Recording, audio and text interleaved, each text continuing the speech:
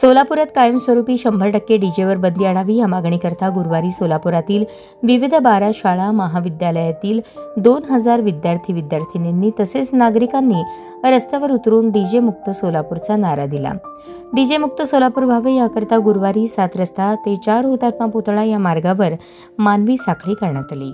गुरुवारी प्रारंभी मानवी साखळीच्या मार्गावरील 7 रस्ता येथील महाराणा प्रताप यांच्या मूर्तीस, भारतरत्न डॉ. बाबासाहेब आंबेडकर यांच्या पुतळ्यास, पुण्यश्लोक अहिल्यादेवी होळकर यांच्या पुतळ्यास तसेच सोलापूरच्या 4 हुतात्मा पुतळ्यांना पुष्पहार अर्पण करून मानवी साखळीस प्रारंभ झाला।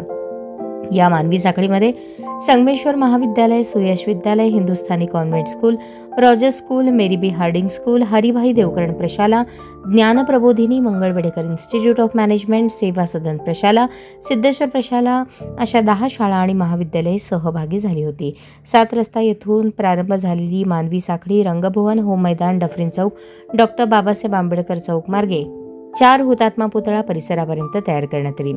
यावेळी विद्यार्थ्यांनी डीजे मुक्त सोलापूर झालेच पाहिजे, बंद करा, बंद करा, कर्ण कर्कश डीजे बंद करा अशा घोषणा दिल्या।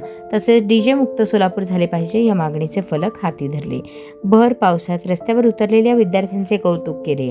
गुरुवारी दिवसभर पावसाची रिपरिप सुरू होती, तरीही पावसाला न जुमानता डीजे मुक्त सोलापूरसाठी सरसावलेल्या शाळा महाविद्यालयातील विद्यार्थी-विद्यार्थिनींचे सोलापूरकरांनी कौतुक केले।